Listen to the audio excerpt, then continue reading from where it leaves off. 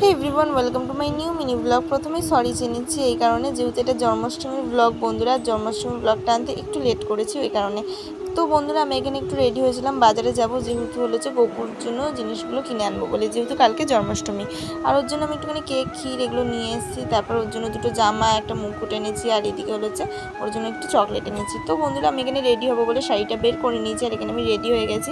আর এই দেখো, গোপুকে নতুন জামা পরে বসিয়ে দিয়েছি বন্ধুরা। আর এই দেখো, আমি হচ্ছে গোপুর থালাটা রেডি করবো বলে এখানে বসেছি। তো বন্ধুরা, আমার মতন কারা কারা গোপুকে খুব ভালোবাসো অবশ্যই কমেন্টে জানিও। আর এখানে আমি গোপুর জন্য কী কী এনেছি তোমাদের সাথে শেয়ার করি। আমি ওর জন্য নাড়ু এনেছি, তালের বড়া এনেছি, কালো জাম এনেছি, মালপোয়া এনেছি, তারপরে কেক এনেছি, তারপরে নিমকি এনেছি, চকলেট এনেছি, ক্ষীর এনেছি, দই এনেছি। ওর মনের পছন্দের সব খাবারই এনার চেষ্টা করেছি বন্ধুরা।